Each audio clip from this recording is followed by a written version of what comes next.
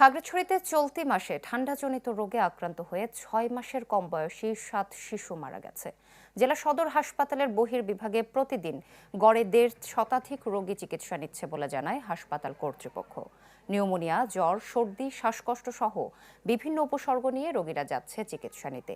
আক্রান্তদের অধিকাংশই বয়স্ক ও শিশু। এছাড়াও শিশু বিভাগে ১৫ শয্যার বিপরীতে প্রতিদিন ৫০ থেকে ৫৩ জন করে রোগী ভর্তি আছে।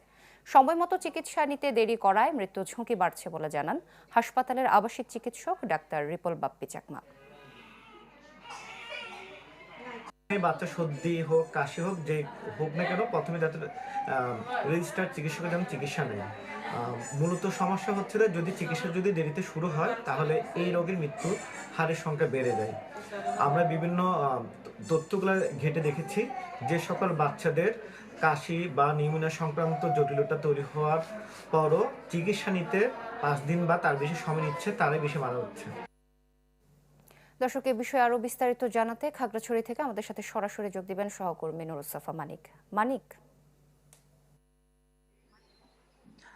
সোহেলি, আমরা দেখতে পাচ্ছি খাগড়াছড়িতে বিগত কয়েকদিন ধরে যে তাপমাত্রার ওঠানামা সেটি হচ্ছে। এখন আমরা যদি বলি যে তাপমাত্রা দেখাচ্ছে, যেটি হচ্ছে তাপমাত্রা পরিমাপক যন্ত্র, সেখানে প্রায় 30 থেকে 32 ডিগ্রি পর্যন্ত কিন্তু আজকে সারাদিনের তাপমাত্রা দেখাচ্ছে। তবে সেটি সন্ধ্যার পরে গিয়ে সেই তাপমাত্রা নেমে যাওয়া শুরু করে এবং শীত অনুভূত হতে থাকে এবং ঠান্ডা গরম এই দুই রকম পরিস্থিতির কারণে কিন্তু এখানে ঠান্ডাজনিত যেসব রোগবালাই, জ্বর, সর্দি, কাশি কিংবা নিউমোনিয়া, এই রোগ আক্রান্ত হওয়ার কিন্তু প্রবণতা বেড়েছে। এবং আমরা দেখেছি আজকে সকাল থেকে খাগড়াছড়ি সদর যে হাসপাতাল রয়েছে সেই হাসপাতালের বহির্বিভাগ এবং হচ্ছে শিশু ওয়ার্ড যেগুলো রয়েছে কিংবা বয়স্কদের জন্য যেসব ওয়ার্ডগুলো রয়েছে পুরুষ ওয়ার্ডগুলোতে, সেখানে আমরা দেখতে পেয়েছি যে শ্বাসকষ্টজনিত রোগীর সংখ্যা যেমন বেড়েছে, তেমন জ্বর, সর্দি, হাঁচি সহ নিয়ে বিভিন্ন রোগবালা নিয়ে কিন্তু রোগীরা কিন্তু তারা এখানে ভিড় করছেন। এবং খাগড়াছড়িতে যেহেতু সদর হাসপাতালে শুধুমাত্র শিশু রোগীদেরকে চিকিৎসা দেওয়ার জন্য ব্যবস্থা রয়েছে, সেই এবং শ্বাসকষ্টজনিত যেসব